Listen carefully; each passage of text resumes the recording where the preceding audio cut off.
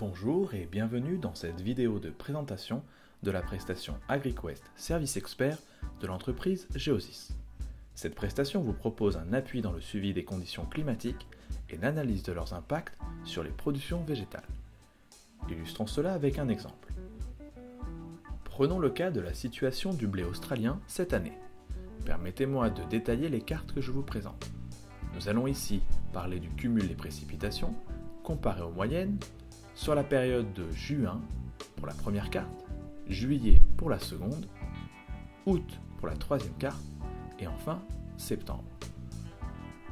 Nous remarquons au niveau de la légende que les couleurs marron indiqueront une situation de précipitation inférieure aux moyennes, tandis que le bleu nous montrera une situation supérieure. Commençons notre analyse avec l'état du New South Wales qui reprend 30% de la production de blé. Nous remarquons des conditions sèches en juin, en juillet, en août et enfin en septembre. Cette sécheresse persistante aura un impact certain sur les rendements. Dans l'état du Victoria, au sud, 15% de la production, nous remarquons des conditions sèches en juin, mais une amélioration en juillet, amélioration qui va perdurer en août et dans une certaine mesure en septembre. Dernière situation intéressante, la zone du nord de Western Australia, représentant 20% de la production de blé. Ici, des conditions sèches en juin, en juillet, et une amélioration qui intervient à partir d'août et qui continue en septembre. Il est intéressant de se demander l'impact sur les cultures de cette amélioration tardive. Pour approfondir notre analyse, je vous propose d'observer une nouvelle série de cartes. Ici, nous nous intéressons à l'indice de vigueur de végétation. Cet indice permet d'estimer l'état de stress des cultures.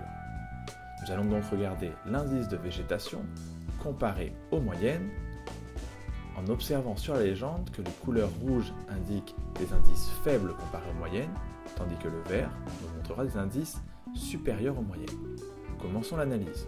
Nous voyons que dans l'état du New South Wales, on remarque mois après mois une dégradation de cet indice avec des couleurs qui tendent de plus en plus vers le rouge. Dans l'état du South Australia, nous pouvons observer la partie est dégradée en juin, mais qui va par la suite s'améliorer pour terminer avec un état proche des moyennes. Ce genre d'analyse nous donne ainsi une carte globale que nous pouvons approfondir avec la carte que je vous présente. Ici, je vous propose de nous intéresser à différents graphiques qui vont permettre de visualiser dans le temps l'évolution des paramètres. Regardons le cumul des précipitations et l'indice de végétation. Nous remarquons dans ces graphiques que nous allons pouvoir cibler sur des zones précises dans notre géographie observée. Nous pouvons faire apparaître évidemment l'année en cours, ici 2017, mais également comparer les valeurs aux précédentes années, ici 2016 étant une bonne année et 2006 étant une mauvaise.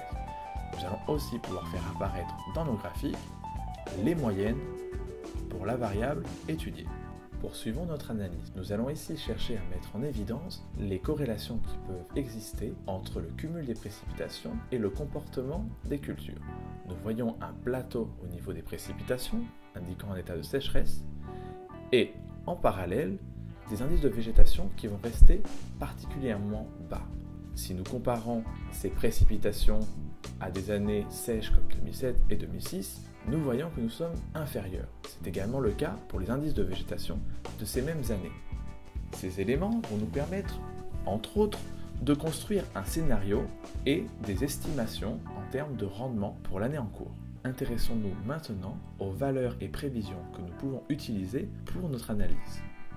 Nous intéressons ici à 3 attributs, les récoltés, la production et les rendements. Ces 3 attributs vont se retrouver avec les valeurs pour les moyennes olympiques, pour la dernière année, les prévisions de l'USDA, les prévisions locales et enfin nos prévisions partant d'un scénario pessimiste allant jusqu'à le scénario le plus optimiste. Nous utiliserons également les années historiques avec ici un jeu de couleurs rouge pour les années plus mauvaises que l'année en cours, jaune équivalente et enfin vert pour les meilleures années. Nous pouvons avoir l'historique de les récolter et de la production. Dans le cas présent, nous estimons les rendements pour le New South Wales à 1,30 tonnes par hectare. Cette analyse doit être réalisée dans l'ensemble des États et aires de production du blé en Australie. Intéressons-nous à la situation dans l'État de Victoria. Nous ciblons une zone de production majeure de blé dans cet État afin d'avoir une analyse pertinente. Nous observons le cumul des précipitations et remarquons des pluies début août. Pour savoir si ces pluies ont une influence positive sur les cultures, nous allons observer l'évolution des indices de végétation. La hausse correspond à la montaison et nous avons des valeurs proches des moyennes. Lors du sommet et plateau, correspondant au stade des piaisons, nous observons des valeurs qui s'éloignent des moyennes et qui se rapprochent d'une année comme 2013. L'amélioration suite aux pluies a donc eu lieu pour les cultures. Ces informations vont nous permettre d'affiner notre analyse et les estimations de rendement et de production. Nous affichons ici 2,20 tonnes par hectare de production que l'on peut rapprocher des valeurs de 2013 et également proches des moyennes olympiques. Lors de nos analyses, nous réaliserons également des alertes et contre-alertes portant sur d'autres événements climatiques. Prenons pour illustrer la situation d'un potentiel gel en Australie. Sur la carte, je vous présente les températures minimum absolues dans une période du 15 août au 15 septembre. Dans la légende, nous remarquons que des couleurs bleues indiquent des températures minimum très basses, alors que le rouge nous représentera des températures plus hautes. Nous ciblons une zone d'intérêt et allons pouvoir observer dans les graphiques l'évolution des températures minimum qui permettront de savoir si nous atteignons des seuils dommageables pour les cultures, que nous allons également pouvoir comparer à d'autres paramètres ayant un impact aussi sur le potentiel gel. Ici, les précipitations. Ces valeurs vont être mises en comparaison avec d'autres années qui permettront de relativiser les potentiels gel et impact sur les cultures. Particulièrement pour ce genre d'événements climatiques, nous pensons qu'il est important de rationaliser l'information afin de valider ou invalider les rumeurs du marché. Nous appuyons notre analyse sur un réseau de professionnels ainsi que sur de nombreux outils qui permettent une analyse détaillée par région et également de prendre en compte les infrastructures, les tendances d'évolution des rendements sur nos estimations. Nous utilisons également des outils de type dashboard permettant de visualiser rapidement un grand nombre d'informations pertinentes. Le but est bien sûr de vous fournir une estimation pour les géographies et cultures d'intérêt au niveau national, en prenant en compte différents scénarios, du plus pessimiste au plus optimiste, et l'évolution probable de ces valeurs. De manière non exhaustive, pour élaborer nos analyses, nous allons prendre en compte différents paramètres tels que l'historique, l'état d'avancement des cultures et de nombreux paramètres environnementaux, situation passée et prévision. À l'issue de la session de 1 heure avec le Crop Analyst, vous recevrez un rapport reprenant de manière synthétique les principaux éléments abordés au cours de l'entretien. Figureront également dans le rapport des cartes d'intérêt. Vous pourrez être amené à recevoir d'autres rapports et alertes au cours de la semaine.